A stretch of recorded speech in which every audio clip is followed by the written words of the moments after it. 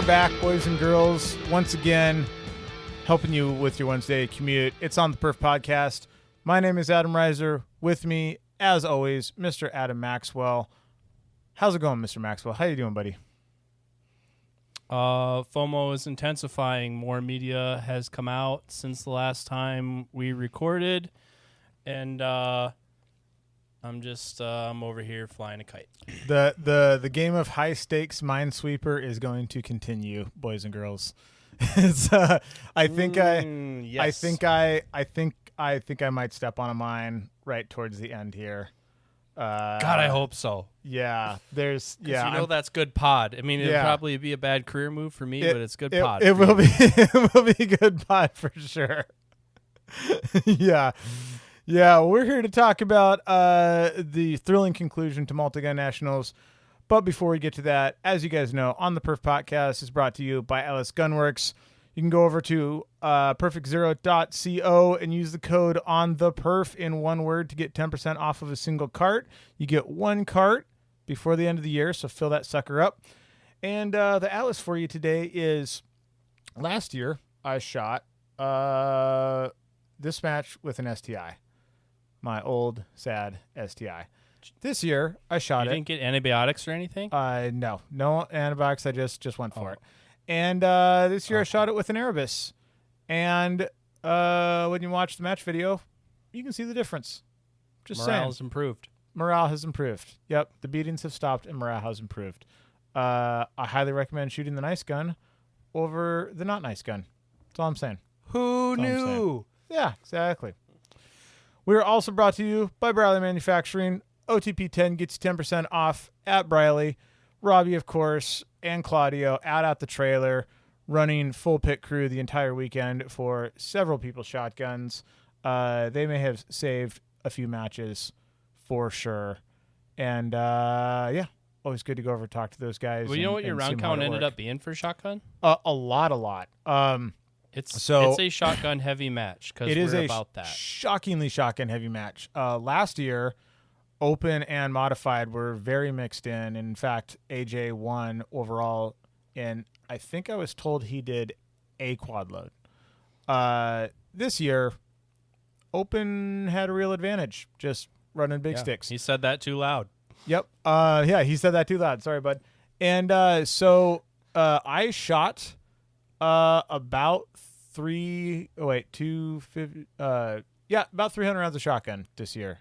So I shipped out, or I sent out with some friends. How much did I send? Man, I'm trying to remember how much I sent. Let's see. I sent a case, which is $250, and then I think I sent 3 additional boxes, and I sent back a box. Yeah, so that's 300 rounds, right? Yep. Yeah, so huge shout out, Randy, for driving my ammo out. I love you, buddy. And he's going back with he's actually going back with about the same amount because I bought a case of Action Shotgunner. Is it Action Shotgunner or Action Gunner? Action Gunner. Okay, I bought a case of Action Gunner because when I was getting pretty close and we had the all shotgun stage last, and I was putting like the last shells in my mags, and I was like, well, if I run out, I can just grab some Action Gunner off of somebody or go buy some. But I have no idea how it runs through my gun. I have no idea how it patterns. I have no idea about anything. And I'm like, I should probably know how this stuff's going to do before I shoot it in a major match. So I bought a case so I could take it home, use 25 rounds to pattern the thing, have a patterning card, and then just shoot it a bit and see what it does. You've never shot Action Gunner before? Nope. Oh, wow. Well, I think you're going to have pretty decent results because it was basically made for your shotgun. Yeah, I would think so. But you do need to know, at what distance the stuff knocks over steel and things like that. So, Oh yeah. Nothing surprising, but trust but verify for sure. Yes, exactly. I wouldn't believe you, and you shouldn't believe me. But because it's such a shotgun heavy match, and it's because they kind of pride themselves on that aspect, that 30% of the pie. I want to know, Briley-wise, what palette of chokes did you use throughout the whole match? What chokes did you use, And then which one did you use the most? I shot. So my selection for my gun. Keep in mind this is a pinned and welded, barely legal Dissident. I have a cylinder, a light mod, a mod, an improved mod, and an extra full. The bread and butter chokes is the light mod, the mod, and the improved mod. The extra full comes out if there is a far spinner and there's no slugs. The cylinder comes out if it's just wide open bird. I shot the improved mod on almost every stage. Really? Yeah. It made you work for it, did they? Made us work for it. There was a lot of like pretty far knockover steel. There was quite a few very tight no shoots, things along those lines. And I didn't shoot the cylinder at all. I would have, except there was a couple slugs on the stage where you could shoot the cylinder, and my slugs fly really well through all the 3 mod chokes, and they do slightly less well through a cylinder. So I was like, well, I'll aim just slightly harder on the clays and then have a little bit better accuracy with the slugs. So I didn't shoot the cylinder at all. I shot the light mod, I think, on 2 stages, and I shot the IM on everything else. Maybe I shot the LM on 1. Yeah, there was a lot of like, ugh. Like, that's all right. Let's leave the tight one in there, I guess. Yeah, because, I don't know, I just always think it's interesting. You bring them all, you end up only using a couple, but you never know which couple you're going to you never use. know which couple, so you kind of need the selection, Yeah. Yeah.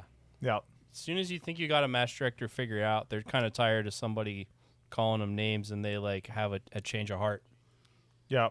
And to all match directors out there, they did a really good job here, but I have been to other matches where there is, like, big shotgun jungle runny stuff with targets at all distances, and then some like 35-yard knockover steel, and everybody has to choke down for that. So all of the 10-yard steel gets like yeeted into the next county. So don't do that. I'm biased. I would put this crew up against any stage designers and match builders in the country, but I'm biased. Well, let me say this: I'm just gonna start the podcast with this. I'm gonna poke the Minesweeper board. This is my opening poke where you don't know what you're getting. You might clear out half the board, or you might just blow it up right away. We aren't even through the sponsor reads yet. Yep. Todd Wiedell said it was the best nationals he's ever shot. Good. It should be. Awesome. I figured you'd be down with that. I figured you'd be down with it getting better. I mean, yeah, all the major pieces were set in motion before any of the stuff happened. Yep.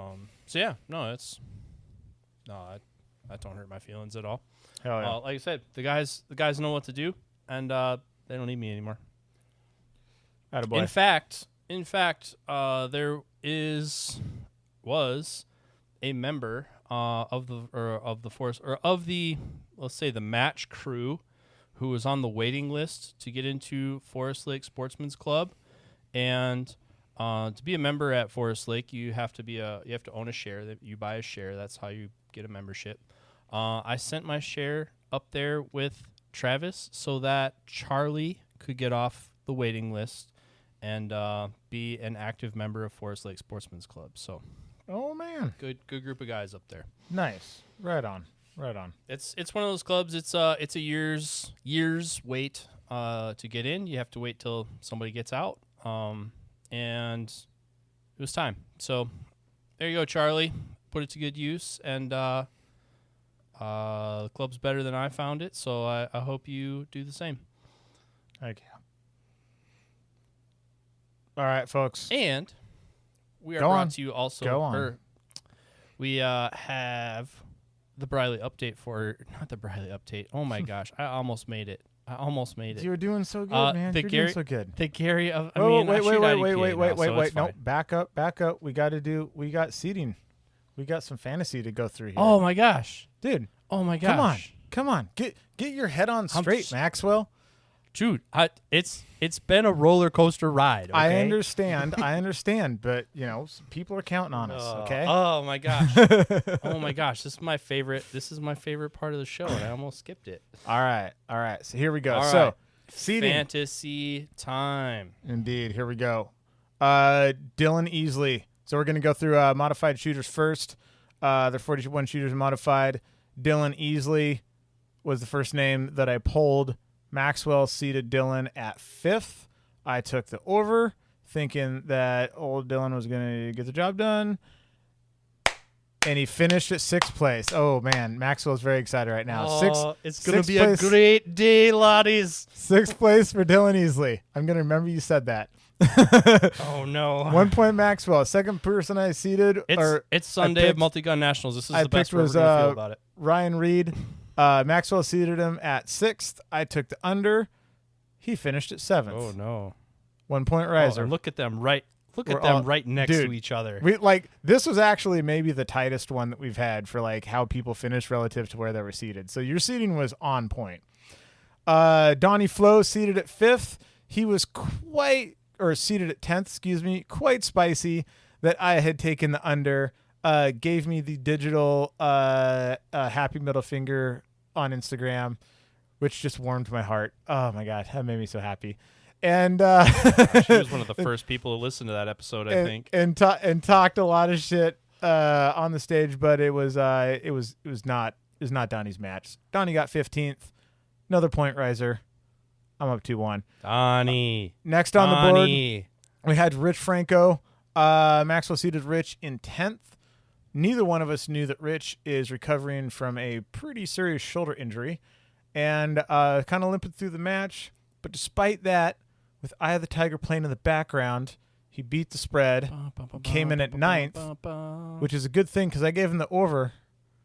Another point riser. Damn.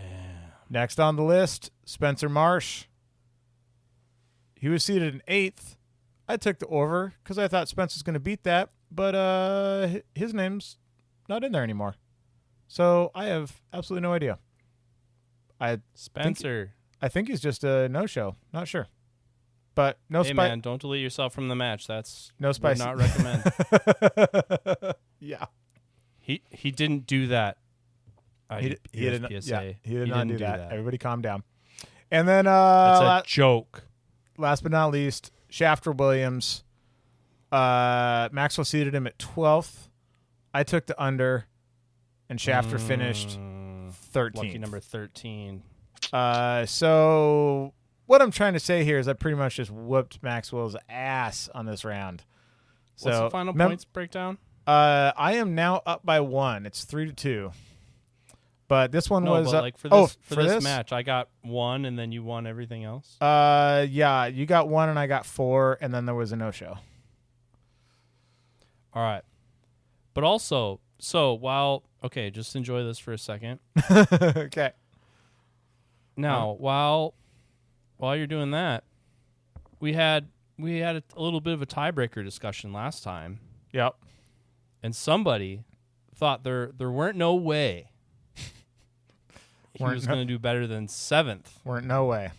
And I took the over, and I'm looking at Adam Reiser in 4th. Yep.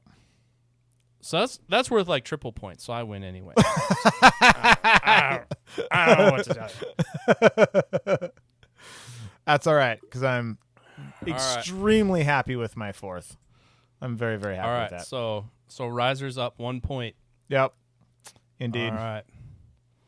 Well, stay tuned, folks. Stay tuned. Yeah. Not sure what the next match is that we're going to do it for, but it's coming up. So. Indeed. And that, of course, brings us to the Gary of the Day, brought to you by American Defense Manufacturing. OTP 15 gets you 15% off anything over at ADM. And, of course, if you send us a Gary that we use to ontheperfpodcast@gmail.com, then you get to pick the ADM mount of your choice for free. And we will talk more about ADM when we get to the prize table portion. But I'm told that Maxwell has a Gary. What do you got? Right on. And, I mean, even if you don't get a mount, like what I've been trying out lately after Riflegate at High Desert Championship, Tom Stewart hooked me up with one of their titanium bolt carriers. Ooh. If you're looking for I think it makes weight for practical in PCSL. So would recommend, if you're in the market for a reduced but legal mass carrier for PCSL, go check that out, adm.com.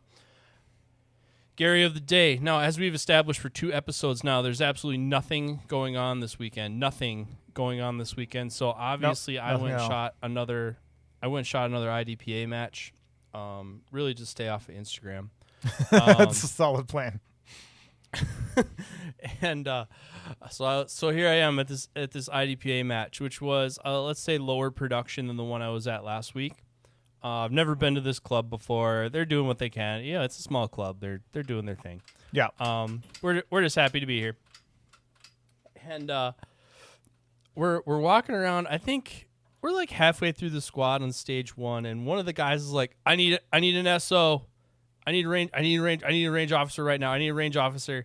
That's not a good sign. That sounds very panicked. Yeah. He's like, I think my flashlight's on. It's burning me. Wait, was like his gun's in his pants and his flashlight was burning his skin? Yeah. Oh my god. Yeah. So he had an appendix holster on with a flashlight. And in case you guys didn't know, if you leave that light on, those things do get hot nowadays. They put out some light, and light comes with heat. They're like suppressors. Yep. And so he's like, "Oh, I think my flashlight's on. It's burning me." And so he wanted to whip it out to turn it off. And then he gets it out and, oh, I guess it's not on. I guess it's just that hot. Solid. So yeah, it's just that hot outside, and his gun was burning his twig and berries, and yeah, but he was worried that he had forgotten his flashlight on and that it was burning him. So we need an emergency needed an adult. So kids, if you're gonna carry a light appendix, like, switch discipline. Know what I mean? Because those things get hot. Yeah, indeed. Well, sir, what do you want to know? Everything. Tell me everything. Everything. Well, all right. Let's start with the 2 craziest things that happened. So first out. Yep, because that's how sentences work. First of all, hell yeah, brother. Shout out to the first father of 3-gun, Mr. Todd Wiedell. He was responsible for the social lubricant that I had for the last podcast. Here's the deal: if Todd Wiedell says, "Hey man, come over to my trailer and I'll make you a drink," you walk into that man's trailer and you drink what he pours you, because damn, that man can make it. I never have. Yeah, that man can make a drink. I need to have one of these. He is not messing around. But Todd, I'll get at you later. Yeah, so we had 2 DQs followed by undQs on our squad. What? Yeah, so Todd got DQ'd, then he got undQ'd, and then 3 stages later got re-DQ'd. So he had an emotional roller coaster. Man is persistent. Yeah. So that happened, and then on the same stage where Todd got DQ'd, Chance got DQ'd. Which stage is this? So Todd's initial DQ was on stage 2, and then that got overturned, and then he got over in the woods. I think. Beta Bay, yeah. So running on the slit between the 2 bays over there, and then he got re-DQ'd on stage 8, which would have been the first stage all the way at the end, in these very small bays. It was a beta bay in the bays. And then also on stage 8, right after Todd got DQ'd, Master, or actually I'm not sure who it was. Kevin's not the master director? Is he the range master? He's the range master. Yeah. So Kevin's there for Todd after having just come over there for Todd, 2 stages ago, and Chance also got DQ'd right in front of Kevin, and then they read a bunch of rules and determined that the way that they had determined that was a DQ was technically against the rules in USPSA. What? And then he also got undQ'd. So Todd initially got DQ'd for a 180 break running from bay to bay, and Okay. I don't entirely know what happened. Oh, but and they used video, and you can't use video for 180 breaks? no, I don't think there was any video involved. I think it was more like there was a RO in the second bay that called the 180, and when they kind of looked at where everything was at and where people were running from, it was determined that the RO was actually like inside the 180. So it was more like, hey, you shouldn't have been standing there. That was kind of my understanding. I'm not super familiar with what happened over there, but that was sort of the gist that I got. Oh, like a kind of the hypothetical running over a RO scenario. Like the only way you could call that on me was for you to be in the wrong place, so I could reshoot. Yeah, kind of like that. And then he actually got DQ'd for a 180 break, running directly up range and stepping on an activator, and broke the 180 with the rifle. Owned them both, didn't argue either, and was a good dude about it. And then Chance got DQ'd for premature draw after a bay to bay movement, like stepping over the line.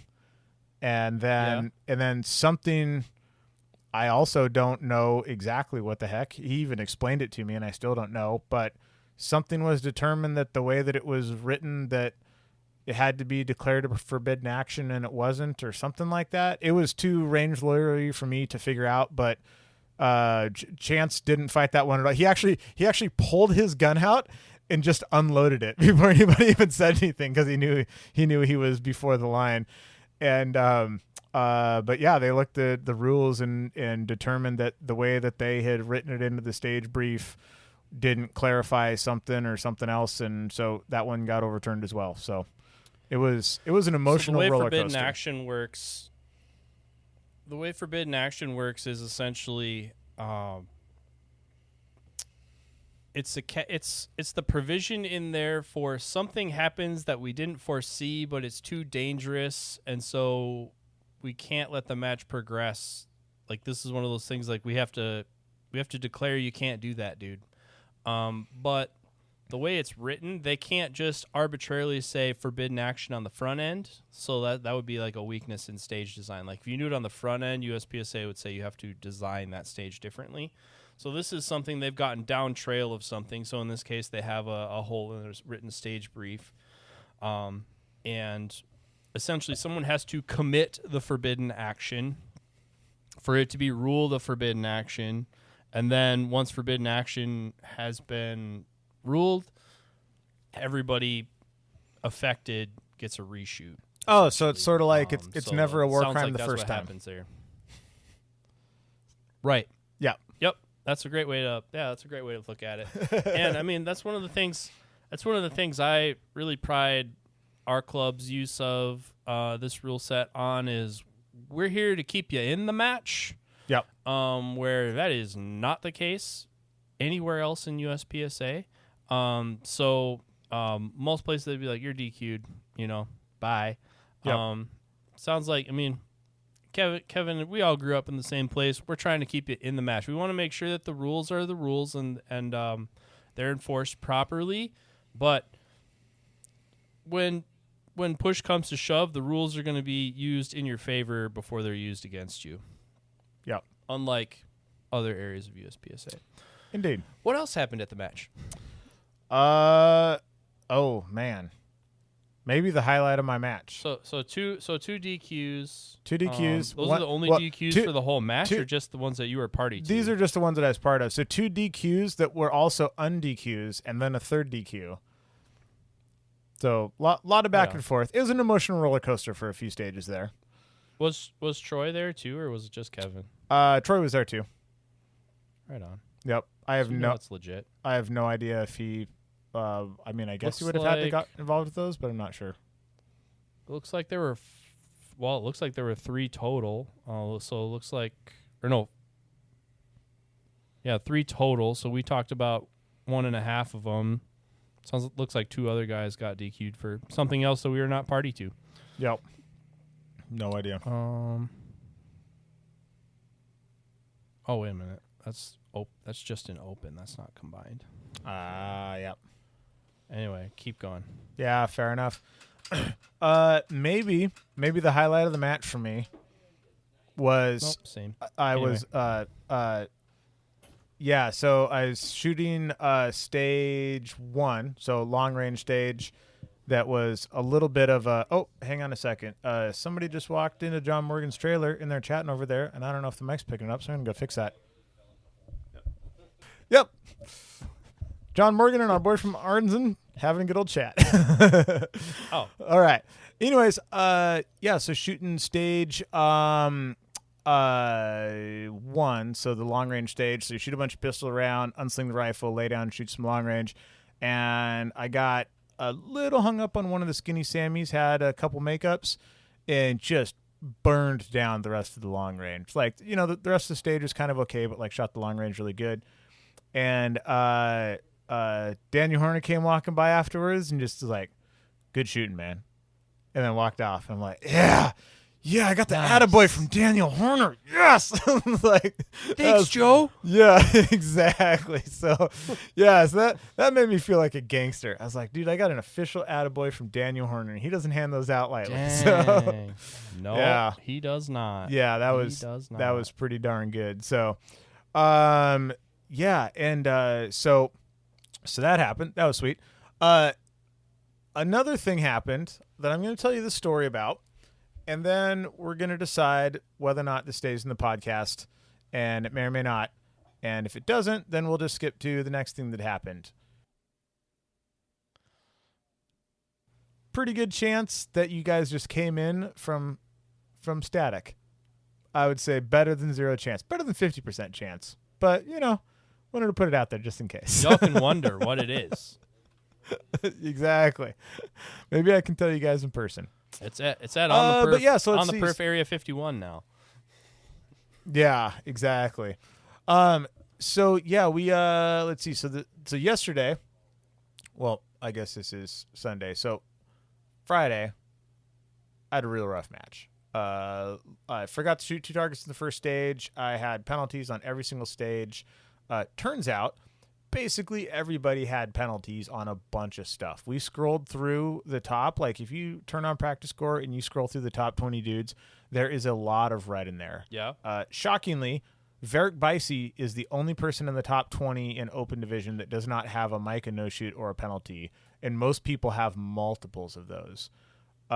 Just about everybody forgot to shoot at 1 target at least, including, but not limited to, Daniel Horner, myself, let's see, John Wiedell, like some pretty high-level dudes, including the guy who won the match overall, forgot to shoot at targets. So complicated to the point that a lot of people were missing stuff, which was pretty wild. That's not normal, not at all.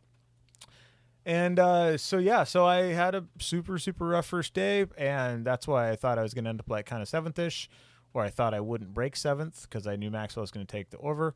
And then the next day went pretty darn good. Nothing super catastrophic. I did shoot a mic on the pistol stage that I was bummed about, but like kind of shot like I knew what I was doing again. So you shot Saturday zone 1 Saturday over where the long range is in the woods. Basically, the not action shooting part of Forest Lake that we repurposed for action shooting. Yeah, and then you got a couple more. Long range stage, beta bay stage on stage 2, and then the all shotgun. There were 2 all shotgun jungle runs. There was kind of the baby one and the giant one.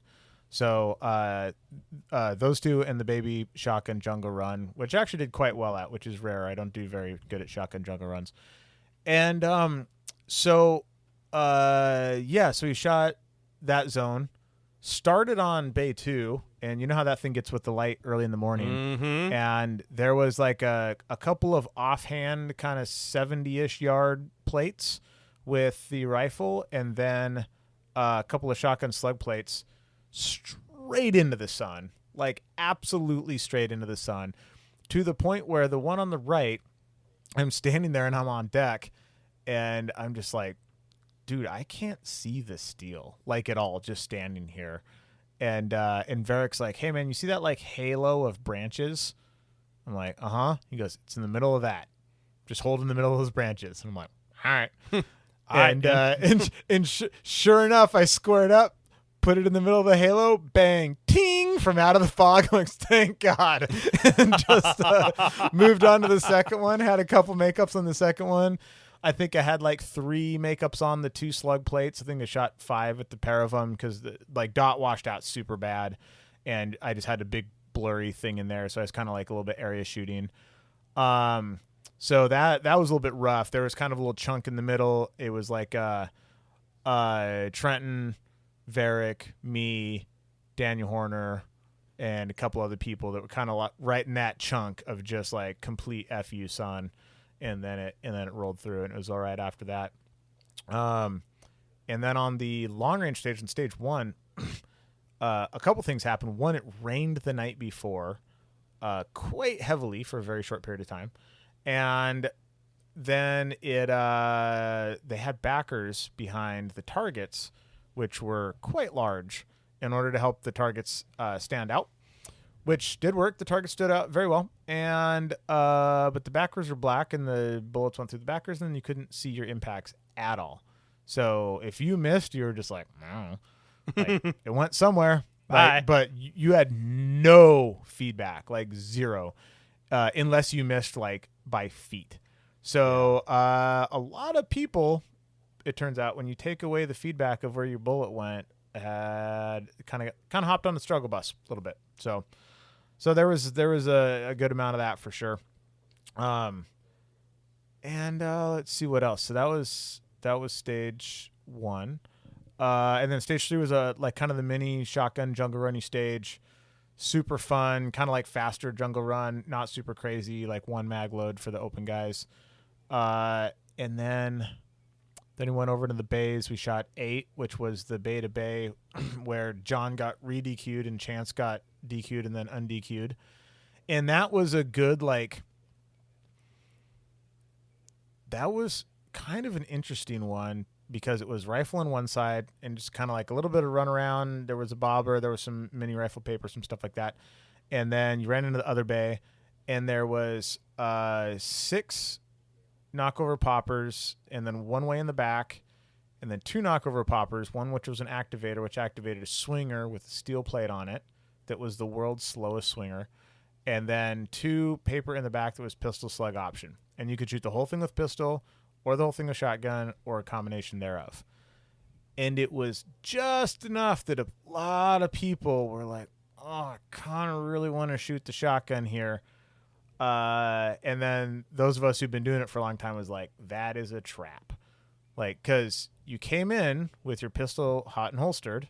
You had to step over the line before you could draw your pistol. But you came in with your hot and holstered, so as soon as you entered the shooting area, you could start shooting. And you could get through the whole thing with a big stick, so you didn't have any reloads. Or you can run through the shooting area, which is about 10 feet long, pull out your shotgun, which is cruiser ready, shoot the whole thing backwards, and then either reload to a slug mag or have some slugs on top. But since slugs were 2 hits on paper, you needed 4 slugs on the top, which doesn't run in a lot of big sticks. So it would have been a lot of shenanigans to make the shotgun thing work. So it was like, you got to cover all that ground twice. That's at least a second or a second and a half. You got to pull your shotgun out of the dump barrel instead of drawing a pistol while you're running into the shooting area. So that's another 2 seconds. And then you need a standing reload to a slug mag. So that's another 2 seconds. So there's like 5.5 seconds of just shenanigans dealing with a shotgun. That's a lot of missing with a pistol. So all of us have been doing this for a while. We're like, nope, we're shooting the pistol. And then afterwards we asked the RO, we're like, did anyone shoot the shotgun on this stage? And I'm like, a couple people, they regretted it a lot. So shotgun was a trap. It was a well set trap, but it was just obvious enough that if somebody on your squad could do math, then you could see like that this is a really bad idea. And those are the kind of traps we like to set. Yep. And then we shot stage 11, which was Timmy's all pistol stage. Less interesting than last year's Timmy's all pistol stage, just because last year I had a 270-degree bay to work with, and that's kind of cheating. Right. But still super fun. and again, not like crazily different stage plans, but like John and Varick shot, pretty reasonably different stage plans for the stage that it was. So enough that there were different ways to go that were all pretty reasonable. And nonetheless. The real bummer was, so 11 is next to the 270 bay all the way down there at the end. 8 was the beta bay at the other end of the bays on the small bays. How far do you think it is between those two? 300 yards? Between the beta bay, which is like if you come in that gate, it's right on the right. Like if you come in the driveway, it's no. If you come in the driveway, it's to the left. Down in the really small bays. So from there all the way to that's a solid 300 yards. Yeah. You weren't allowed to drive that, so that was a bummer. It'd be like that sometimes. Yeah. So anyways, we weren't allowed to drive that. I asked Travis about it, and he says there was like problems with two-way traffic, and the IPSC stages were all in the middle there and stuff like that. So I get the reasoning. It is a thing, But that was really a bummer. It was all right when it was just the pistol stage, but when it was so we shot on the last day, we shot stage 12, which was a 270, which was a 3-gun stage. And then walked all the way to stage 7. And it's like, it's not a big deal, but it's like, that's a long ways to walk with all of your crap. So I wasn't there. I haven't been there this year, but that facility essentially butts up to a wetland. That's how we get to use ranges in Minnesota is when they're up next to wetland. So I think in the past we have been able to park deeper into the quote unquote swamp, or we've had like a second lane that we could drive people through. I'm guessing with as wet as it's been this year, that was further restricting our access. That's probably there. I shouldn't say our anymore. Their access. Could be. But yeah, so we had that, and then the 270 bay was super fun this year. Yeah, tell me about this 270 bay. I didn't get a lot of visibility on that. Yeah, so it was a full 3-gun bay. One of the two stages where there was a very legit hot holster option that the our entire squad ended up using. And like a pretty good, it was the only stage where I shot paper with any magnification. Like I gave it a good 2 bump on the rifle and braced and all John, Varick, Nate, Dan, everybody braced on 2 walls / ports to shoot like 80-ish yard mini paper with a rifle. Mm-hmm. And yeah, there was it was a very man, I want to go fast, but there's a lot of movement. This is going to be like a mid 4 hit factor stage. Points down are going to suck. And if you shoot misses, it's going to suck even more. And, but yeah, really, really interesting with deceptively hard rifle shooting on it. John Wiedell shot that entire stage and didn't drop a single Charlie. All A's, including 3 mini rifle at 75 yards. Yeah, it was a pretty savage stage. And then Varick shot it 7 seconds faster or something with 18 or 20 Charlies or something. And then their scores were right on top of each other. I don't even know who won the stage, but yeah, it was a really interesting sort of clash of the styles where John's I'm just going to shoot the stage entirely clean and it's going to take however much time it takes. And Varick's I'm going to shoot the stage as fast as I can and it's going to take how many Charlies it takes. And kind of both ended up in the same place. So yeah, it was cool. It was cool to watch. Interesting. Yep. And yeah, so let's see. So we started there today on stage 12.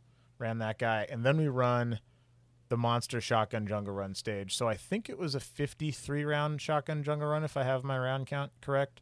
I strapped all of my mags on. I loaded from a 20 to a 20 to a 12 to a 12 on this stage. Did you have a backpack on too?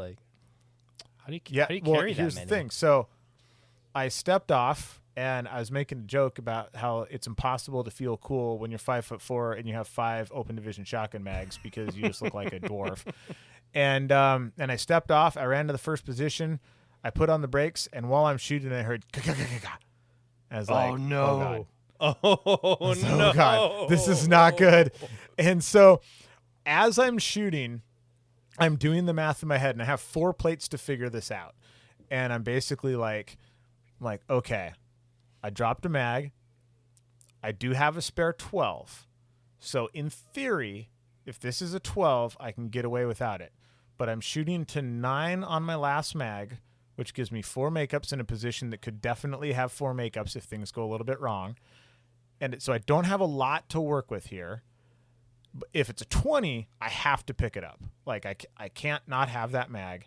If it's a 12, I could potentially not have that mag, but it would suck.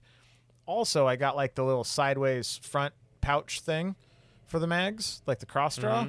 And that's something that you can put a mag back into pretty easily, where the belt hook thing is like a thing.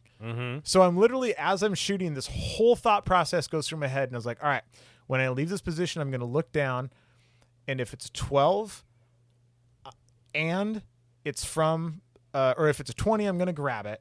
And if it's a 12 and it's from the cross draw, I'm going to grab it. And if it's a 12 but it's from the back, I'm not going to grab it. And I looked down, and it was a 12, and I looked down at my waist, and it was like cross draw was empty. So I scooped it up on the way and went, oh, I'm going to need that. And I like picked it up on the run, wiped it on the shirt a few times, blew into it really quick, and then stuck it back in the mag pouch.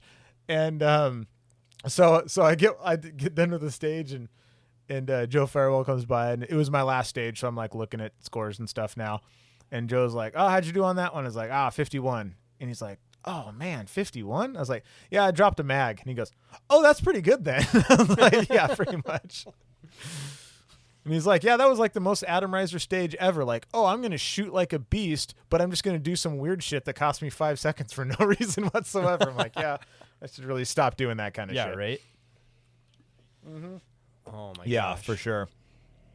Yeah, but yeah, so it was an emotional roller coaster, but That's why we love it. the low anticipation, high finish is the best way to go, where you're like, I'm just kind of here for the lulls, and then you're like, oh, I actually kind of did all right. Just feel good about that. So that's all the way up through today. So what can you tell us about the rifle match? What was the scuttlebutt on the rifle match? I don't know a whole lot about it. I didn't get super involved. It's pretty much just trying to like hide from heat as much as possible. So Great media work. Everybody's, yeah. Well, you know, if I die of heat exhaustion, there is no media, so y'all just gonna have to. What do deal. you mean? That would be a great pod. Yeah. So one stage got thrown out. Oh, so really? That was a bummer because it was a 5-stage match. Big one or little one? So yeah. I do not know. Okay. And I'm trying to remember why it got thrown out. Basically there was some back and forth on whether or not you could leave the fault lines, and apparently some squads are told you could and some squads are told you couldn't. Shout out Parma. And there was enough people that did different things that there wasn't enough time to reshoot some of the people to make them all do the same thing. So that stage went away. So that's a bummer. Wah, But the main thing was most of the people shot the qualies in the afternoon after shooting for the whole day. And everybody that I talked to about that was like, that was a bad idea. Everybody was like, I shot like ass. I was tired. It was hot. I was exhausted. I just wanted to not be there anymore. So pretty much everybody was like, yeah, this combined thing, I'm not going to do that again. That was really rough. So I really expected like those top, we'll call them like the top 6 contenders. I really kind of expected them to come in on Thursday and shoot the pre-match. I'm not sure how many of them did, but that's kind of what I was thinking. I think most did not. My understanding is that most of those dudes shot either Friday afternoon, which was the worst one. So every day at this match, the weather was like 25% nicer than the day before. So Friday afternoon was rough, like very hot, very humid, just absolute shit show. The next day, by comparison, was quite casual. And today was like, oh, it's like a little bit hot, and I kind of don't want to stand in the sun. But it's like, it's basically fine. So I can't remember who said it at awards, but he's like, you know that scene from Armageddon where they're like, can you describe what it's like up there? He goes, 500 degrees in the shade or in the sun, negative 500 degrees in the shade. You know, it's like, oh, the worst environment imaginable. You could have just said that worst environment. That was basically where it was like, oh, it's like all of the degrees, but if you get in the shade and you have a little bit of a breeze, it's like, oh, this isn't too bad. I can work with this. So, yeah. So, Maxwell, you're gonna have to vamp for one. Did you see Tina Garcia's Instagram story from the porta potty? No, no, I did not. I guess she's doing a thing now where she rates the porta potties. So she's like in there. Oh, that's she's talking awesome. about like, yeah, it's pretty clean.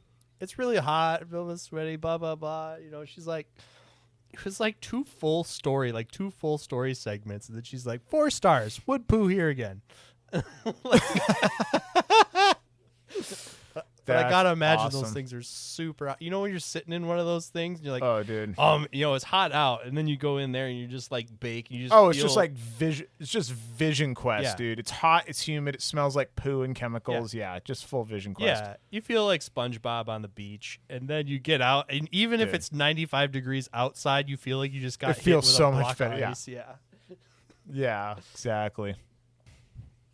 Well, one more thing on the rifle series before we leave that, just because this kind of stuff gets lost in the shuffle. The reason that this happened at Multigun Nationals is because USPSA wants the selection for World Shoot to be tied to a Nationals, but they have not fostered this sport enough for there to be a Nationals, and they're probably about 2-3 years away from there being a Nationals that would be viable.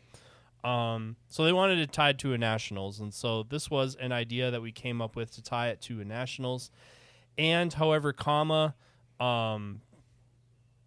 they wanted to have enough events to select a team because we're working on a short window, much to Brian B. Nelson's chagrin. Like, we only have 1 year essentially to qualify and pick, just because things and reasons. So they wanted to have enough events so that they could have something to pick. And which was a good thing because 2 potential events fell off the schedule and didn't happen. So with this, there are 4. And they want to, I don't know anymore. I think they want to take the best 3 out of 4. So this was a way to get more scores in there. The thought being that a lot of the contenders, and I'm looking at the contenders, a lot of them would shoot this match. They would be there anyway. 2 birds with 1 stone instead of making them fly away to another match. Yeah, I mean, get 2 birds stoned at once, totally. So the like on paper, it sounds like a great idea, and I think in different weather it would have been. Yeah, I think it was just because it was like apocalyptically hot and humid that it made it gnarly. But if it was like 75 and nice out, like I don't think it would have been a big deal at all. But that's why I saw some chirping on it on Instagram, and I'm like, well, that's why it happened. Yep. And we tried. It didn't work out. Sorry. Yeah. Well, and it's like, I mean, from that side, I can see too. It's like, hey, this is an option. If you don't want this option, there's lots of other options. Yeah. Like you don't have to. Yep. But I also think, I mean, the people that did shoot it, they also, a lot of them said like, well, it did make a lot of sense because I don't have to fly to another match. How rental car, hotel, flight, all the other stuff. It's like yeah, exactly. So it's like it's huge money and time saver for everybody. Yeah. So I think everybody was like, the idea was solid. The circumstances sucked. Yep. I think it was kind of that sort of deal where it's like sometimes weather's just going to do weather stuff and there's nothing you can do about it. Yep. And I think just looking at the results between there, so there's already been 1 round in Arena, Georgia, and then this round, just kind of looking towards the top without doing the math, because I don't care enough anymore to do the math. It looks to me like the top, someone else can figure that shit out now. To me, it looks like the top contenders for the overall team are Varick, Brian, and AJ. And then, like, we got a fist fight over, like, a bubble 3rd and 4th position because John has put up 280-somethings. And I think Joe had, Joe was 80-something in Arena, too. So you got guys like John and Joe and Andre sitting with 70s, 80s, but consistently 70s, 80s. You got AJ and Kyle with very solid points from the first match. Looks like Kyle didn't shoot this match. Yep. Oh, and then you have Zach in there too. So to me, it looks like it's shaping up like B. Nelson, Varick, AJ, and then it's a knife fight for who gets the fourth spot. And in there, I think we got Lee Pulley, Joe Farewell, Andre Desatel, and that's really the list. Like I was talking to Tony Mazad, he's like training his balls off, and he had a bad match in arena. So like I think we have some dark horses in here that could still throw up some points, but you give guys like Varick, Brian, and AJ, you give them a hundo or close to a hundo, they're going to be hard to knock off that team. Yeah. And then on the ladies' side, really what I'm seeing is Lanny Barnes and Jaylise Williams putting up solid scores, and then question marks.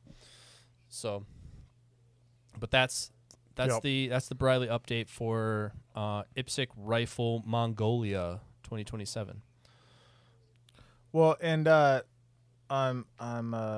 give me 1 second to look here because I can't remember his last name. Where are you at? There he is. So, Jeff Webb was shooting the rifle qualifiers in, is it standard? Is that the iron sight division there? Yeah. So anyways, but he was shooting open in the main match. So he shot open the entire time with like weirdly long iron sights. It was weird like, flex, but okay. It was pretty gangster. Yeah. So he made it after completely flushing the long range stage. He had something happen. His sights got hit or something, and he basically like zeroed the long range stage. Still got 15th place in open division. Dude, like completely like flushing one slow stage. clap. Yeah. Like Yeah. It was sick. It was sick. sick. It was awesome to watch. I don't care who you are. That's and sick. it was such a bummer because like when he stepped to the line on the long range stage, we're like, dude, I want this guy to crush this stage so bad. I want this Cinderella and story to happen. It just wasn't going to happen. So that I could say I was exactly. here when it happened. Yeah. No, exactly. it's true. I was here. I'm telling you, man, I saw it with my own eyes, bro. I saw it with my own eyes. Yeah. So yeah, it was wild to watch. But yeah, so that was the match. And let's see. So wrapped it up. Nice award. Podium like always, because big events should have a podium. 3 boxes with numbers on the front. How hard is that? Guys, please. they did it. Please. Were there champagne showers? But, well, here's my other landmine. Oh no. There were no champagne showers. Shocked. No champagne. Shocked. No champagne. Apparently, people complained that everything was sticky. And I'll tell you what. And this, as the dude that was, this is why our sport is going downhill. This right here. yeah, come on. I'll tell you what. As the guy who was one step off the box, I would have traded my rifle that I pulled for a step on that box and a champagne shower. I went to the ER. I would have. I will say that fact was brought up quite a few times when it was explained why we don't have champagne showers. Yeah, They're like, and nobody's gonna cut their hand open. I'm like, well, or we could all just act like adults. Hey, yeah, too. Whatever. Just trying to innovate over here. Yeah, exactly. But no, yeah, we need to bring it back. It was so good. It'll be at it's quite let down. It'll be at the Pollock this fall. So there we go. But yeah, so overall results here from the match. We'll run down the top 5. So first of all, limited division is on here. Oh wow. Kurt Miller, you're alive. the OG. Yeah. First of all, Kurt Miller's alive. Yeah, Kurt Miller, and he still shoots 3-gun. Oh wow. Yeah. The only dude in limited. So he won. So good job. You are a national champion limited shooter. Hell yeah, Kurt. I hope I'm still shooting 3-gun when I'm at his age. So, dude, bravo. Right? He was looking good, man. Yeah. Yeah. We hung out for a little bit. He was looking good. OG Kurt Miller. Yep. He used to be the over fastest side quest. He used to be the fastest man alive loading a shotgun, and you were hot shit if you Dude. could get 1 per second into an M2. And he would Yep. he would show you on Oh, yeah. 3 Gun Nation TV. Yeah. Oh, man. yeah. Oh, it Got was some- it was man, the good Some old Kurt days. Miller. Yep. And I don't know if are you looking online or on a competitor I'm app? online. Yep. All right. So on the competitor app, it breaks down your like alphas, Charlies, deltas, that kind of stuff. The key thing here is when you're looking at all of these, literally everybody. I don't know. Okay. So literally every single person in tactical. Yep. Everybody in modified. One sec. I'm gonna get to my point. Just stay with me. Stay with me. Stay with it. Yep. Yep. All right. I'm not going to scroll that far because I'm pretty sure what the results are going to say. One person in the match did not have a mic, a no shoot, or a penalty. One. That's how- Varric Bicey. that's how it's working. The last person you'd think wouldn't have a mic, a no shoot, or a penalty because he shoots like a Yeah, psychopath. the one that went full retard on stage 12. Yeah, Yeah, exactly. that guy. So, yeah, that guy. Anyways, yeah. So when you walked off and you're like, oh, my first day, I'm like, I didn't shoot at 2 targets, and then I had 4 more penalties. Yeah, it turns out so did everybody else on Earth. Kind of didn't matter. It's not who does All the right, best, so in the it's who tactical- struggles the least. That's Multigun, folks. Exactly. Indeed. All right, so your limited box taking home the dub, Mr. Nate Staskowitz, who, by the way, still looks like a 12-year-old baby giraffe. He has not aged a day in the entire time I've known him, and is still freakishly tall. Nils Jonasson at 99.68%, barely getting edged out by Nate. Jason Tilkey taking home the 3 spot. Attaboy. Glenn Shelby like a gangster in the 4 spot, and Evan Nichols in the 5 spot. Hell yeah. On a modified, And the man, 18 people. 18 people in tactical. 18 people in tactical. Modified, 43 people. Also, Nate Staskowitz told me that next year he is going to shoot modified. So He's coming, folks. he's coming. He's coming for us. Somebody All right, find him a girlfriend. The man, the myth, the legend, Mr. Daniel Horner, on the top step, taking out AJ Anthony, getting his crown back. These two have changed spots several times at Multigun Nats over That the last is few the years, race and to it has watch. been a good. It is the race to watch. It's been awesome. AJ Anthony getting the 2nd place. Taylor Olhausen coming off of. Oh, I'm gonna look and see. Coming off a 26% stage on stage 1. Buddy, what happened? After a catastrophic gun problem. Oh, was that's my right. understanding. The thing on stage 1, he was like posting with Joe. They were like dissecting his rifle and everything. Oh yeah. Yeah, So okay. anyways, 26% stage on stage 1, and came back from that and clawed his way back into 3rd place like an absolute gangster. And John McClain, He's back. like a G, coming back. He's back, baby. In 4th place, and our buddy Andrew Tarver in 5th place. Hell yeah, dude. Hell yeah. And an open division, John Wiedell, once again, reclaiming the title, taking it from Varric. Lots of back and forth in this match. These guys were tight all weekend. They're tight And every year. Let's was- be straight up. It was awesome to watch. The rest of us are just mere spectators. So John Wiedell taking home the top step. Varric Bicey in the 2 spot at 98.87%. Joe Farewell, last step on the podium that didn't have any champagne showers, and that was really disappointing. I was in 4th place, and Josh Freilich was in 5th place. So John and Varric switched. Me and Josh switched. So Good race. Good race. So John got 2 points on Varric, or 2 percentage points on Varric, and Varric was the one without any mics. So that's how hard John went. Yeah. to shoot it. John went hard in the paint. So man, Well, and John's 2 mics and his 2 penalties were for not shooting at 2 targets. So technically, he didn't miss any targets. He just didn't shoot. So at if you him. go into competitor and you take those mics out, how much does he win by? I don't know. Let's find out. That's what I'm See where curious. those Like, mics I are mean, at. because this race is always So that- really, really close, and so Yep. I'm just curious, like, how much does that even? Because sometimes, like, when I go into competitor, and I'm like, oh well, I would have Yep. done, if I would have done this and I would have done that, I would have been up in this place. And a lot of times, you take some of that stuff off, and it doesn't even change your position. Like, it wasn't enough to catch the next guy. Yep. So with a race this tight, I'm curious, and then I mean that surely would bump Let's see. Joe down to like the 80 percentile somewhere. That gave him a percent. They gave him 1%. Gave him 1%. Okay, so still really Yep. tight. Still really tight at the top. Yeah. It's John and Varick's Yep. world. We're just living in it, and then everybody else. Yep. Indeed. Everybody else after that. Yep, for sure. But that's it, folks.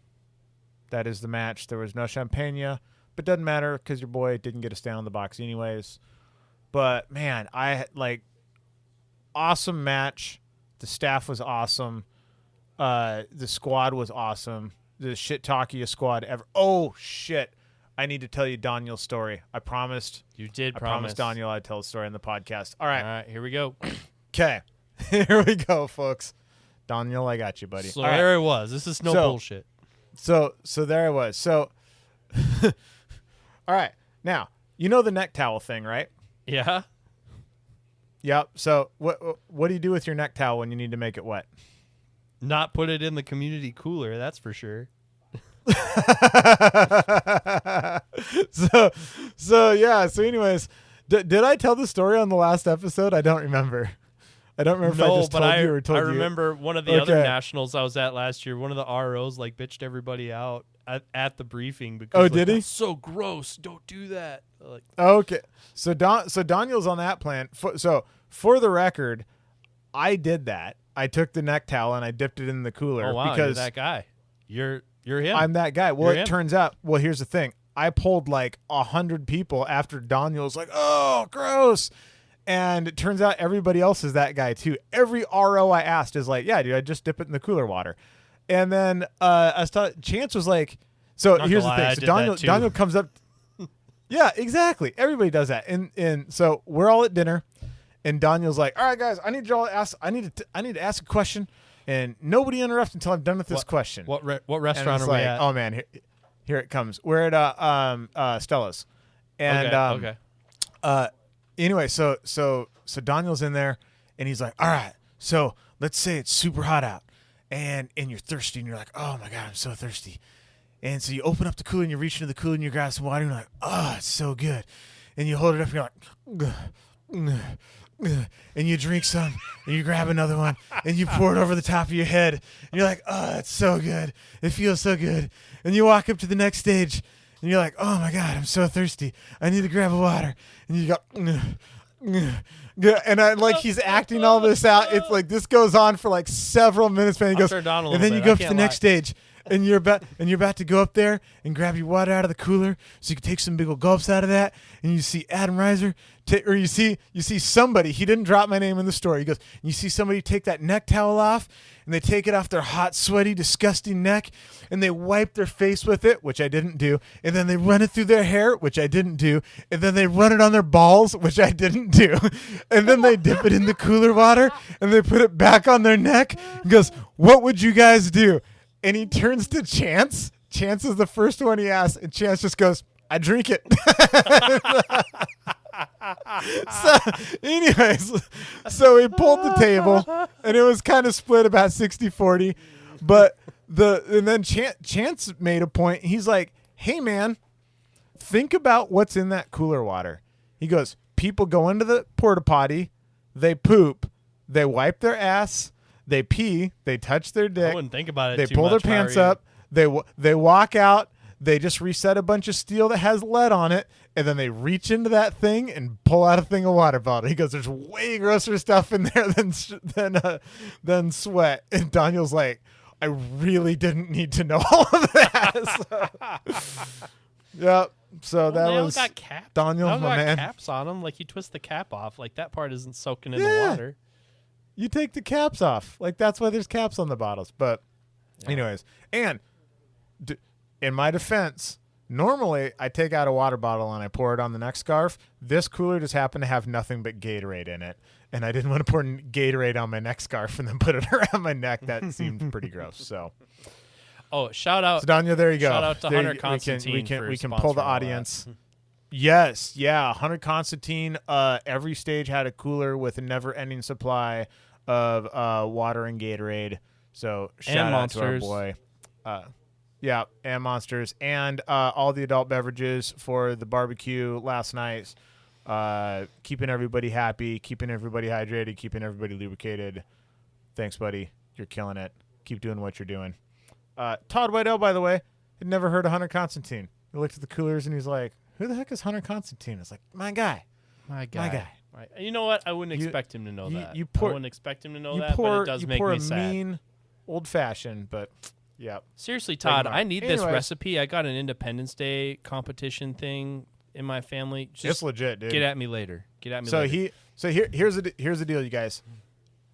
If he pours you an old fashioned, it's going to be amazing, and it's going to be the amount of alcohol you expect in an old fashioned. You're not driving anywhere. If he pours you a martini, do not drive your car anywhere afterwards, because that martini, it tasted like candy, and it was basically all alcohol. It was. I think he ended up telling me it was like 5 or 6 shots of alcohol in the martini. So it was pretty sporty. Todd, I'm gonna need 2 things from you. Mm-hmm. Yeah. Good recipes. But there you have it. Anything else you want to know about Multigun Nationals, Mr. Maxwell? Yeah, what'd you pull off the table? Oh. Yeah. Oh, yeah. Well, you almost forgot, didn't you? I almost forgot. We're gonna forgot a bunch of stuff. Fluffy's revenge right here. I'll give you some guesses, and I'm guessing you're not gonna need a lot of guesses. Mm-hmm. I pulled another ADM rifle, and I already have a buddy lined up that's like, "Oh man, have you pulled any price table rifles lately?" I'm like, "I haven't, but I'm going to Nationals. There's like a non-zero chance that I come back with an AR." And he goes, "Oh, cool. If you get one, I'll buy it from you." I'm like, "All right." So I sent him a photo of it while it was still on the prize table. I was like, "Hey, buddy, I got you." Yep. So more friends are about to get very good deals on some rifles. Nice. So, yeah, huge shout out to ADM. Not only did their boy take the top step, but they have been supporting the sport since the olden days. So shout out to those guys. Heck yeah. All right. Well, that's going to do it for us. We'll catch you guys next time. Until then, keep your overlays handy, because by God, did you need them here. Lots of overlays, lots of looking real hard at perfect doubles, lots of looking real hard at perf calls. This place is not Parma. You don't have to go get a straight edge out of your shop truck. Yeah, the ROs will have them. I'm super bummed I missed it, because I mean it's everything we want 3-gun to be. But ultimately, my goal was, when I took on Multigun Nationals, is that the match wouldn't end with me. I always wanted to get replaced. Not like this, but like the idea. Like I always said we are a club. We do it together. And I took a business class in college, and one of the guys in the case study, one of the things that struck me to this day, he's like, "Oh, I studied dairy farming. All right, so here's a commercial dairy farmer." He's like, "Yeah, my goal is that my farm runs without me." I'm like, that's kind of the weirdest thing, but like from a management standpoint, like that is the goal. Like, you know, from the top, the whole thing is really supposed to run without you once it's running. And so I really wanted to get it to a place where it would continue on and I could shoot it.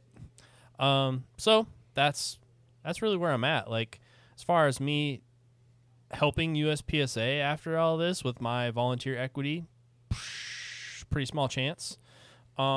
If my club asks for my help, I'll help them. But other than that, I look forward to shooting it next year. Really sucked that we missed out on it this year, but is what it is. And we're riding it out. But no hate comms. I want it to continue. I kind of think, like, hot take, I kind of think long gun sports and USPSA peaked last year. So I think we're on the downhill slide, but I really hope it continues on and is successful into the future. Fair enough. Well, I think you're really going to enjoy shooting it just as a straight-up competitor and not having any curse of the match director stuff going on and just be able to see what you got. Yeah, then I'll probably break my other leg or something. And Don't do that. Don't do that. Oh, and the other thing. Did you happen to see in the porta potty reviews that Tina had a walking boot? I was vaguely aware of that. She was still in the boot? Yeah, so she was shooting the match in the boot, or I don't know if she was able to take it off for the stages or something. But I was like, oh sweet, the girl with the guy with one leg now has a walking boot. This is just going downhill real bad. So, there's only 3 times I haven't shot this match. It was COVID year, which I don't remember exactly why I didn't come up for the Falling Steel match the COVID year. But I think we were all still really worried about quarantine and not being able to travel or something. I missed that one. 2022 when I broke my leg. Really famous picture of that one of me going around in a motocross boot and a golf cart. And then this year, other than that, like I've been at this match every year since 2013. So it is a real bummer. I miss everybody, but we'll see y'all real soon.